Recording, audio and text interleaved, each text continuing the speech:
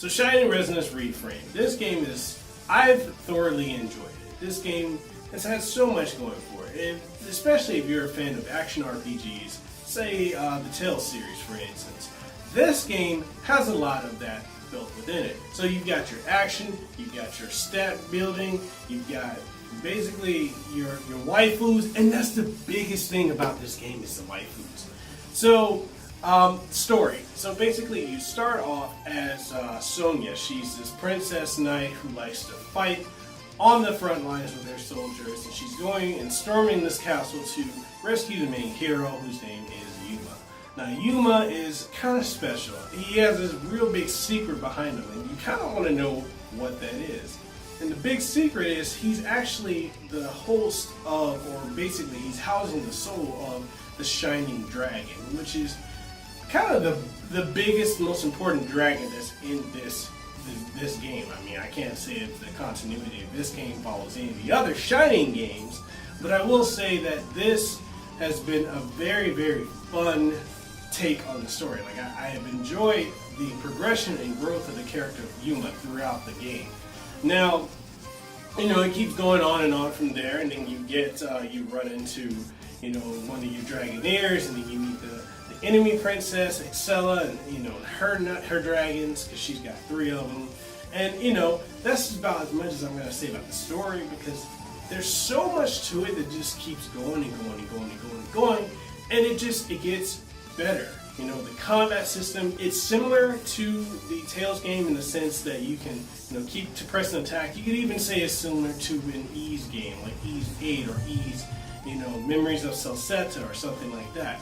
But the biggest difference with them is the fact that you have AP or action points. So you can only do so many moves before you expel or expend all of your action abilities. And by doing that, you have to wait a little bit of time so the green gauge around you will eventually build back up so you can do more stuff. You can do extra attacks, so if you play it on the Xbox or the Switch or PC or even PS4, what you're going to do is you're going to hold your right front shoulder button, and you have access to more moves that, you know, they cost additional magic on top of AP.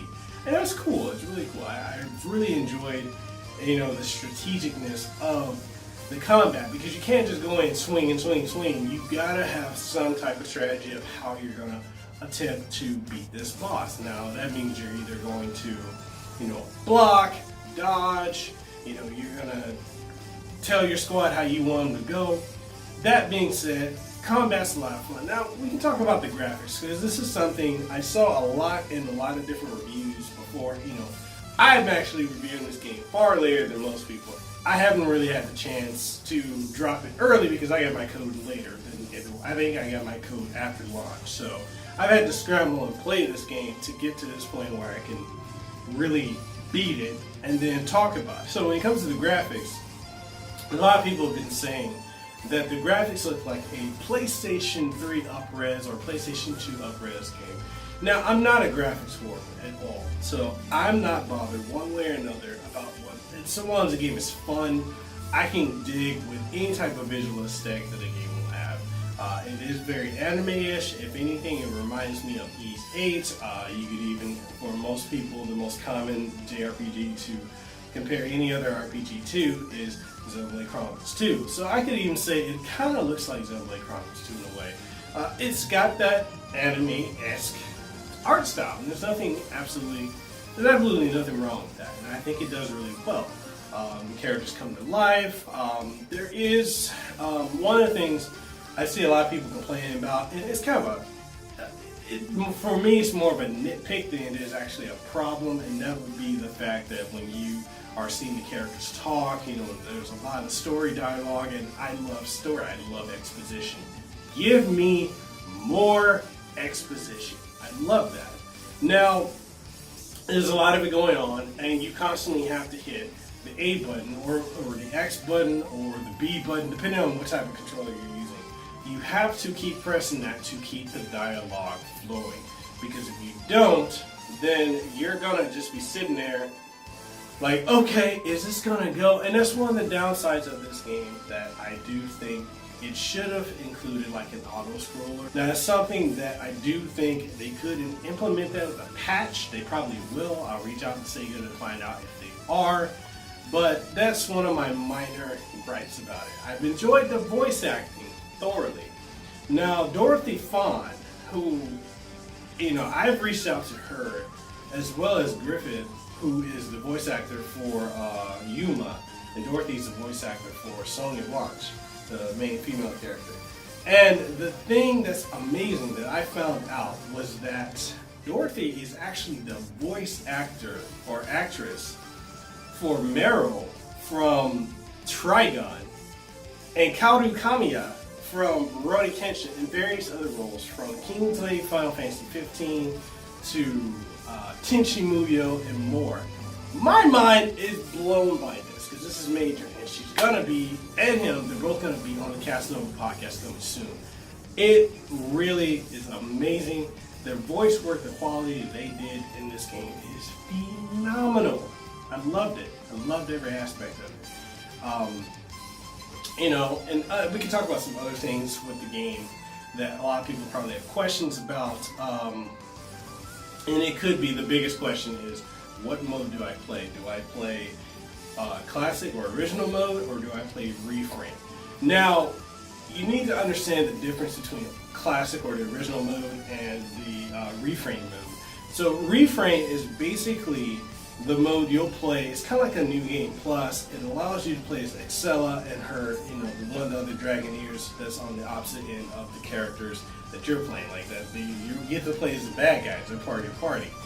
Now, the reason I say not to play Refrain first, and you should actually play the original story, is because Refrain it kind of spoils some of the mystery that's in the original story. It also there are moments where you'll have Excella and then you're fighting Excella at the same time, and it doesn't make an effort to explain that. Hopefully with a patch they'll do something to clear that up.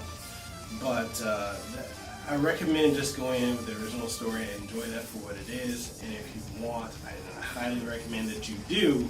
You will go from there to playing the newer one, the newer story, the Refrain run, and you'll get additional stuff. Now, there's also, a lot of people are like, oh, well, what separates, Shining Resonance Refrain from the original? And that's that you get all the DLC that was included as, paid DLC for the original in Japan. All this is included.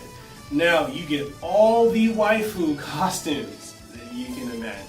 And a lot of people, I'm not too sure how a lot of people feel about waifus or the exposedness of the female characters. Some it may trigger some Puritans may think that it's a disrespectful representation of women. Now, when I hear that and I've read a lot of it, I want to say this. Now, you have to understand that the current feminism movement that's going on, this is not happening in Japan. Where this game is from, this is a Japanese game. Keep that in mind as you are going into this game. It's completely separate. Different viewpoints, different cultures. You can't force everyone to fit into the bubble of the culture and the viewpoint that you have. This is from them. Enjoy it for what it is. But in wrapping up this game, in the wrap-up section of this, is the game worth it? Should you play it? Yes, I think it's worth it. I thoroughly enjoyed it. The gameplay, the graphics, the story. I was hooked. It's summer. We're going through a heat wave. There's so much stuff to do to cool off, have fun, kick back, not think about work or whatever. And this is definitely one of those games that will help you do that. Don't sleep on this game. This game's amazing. I think you'll love it.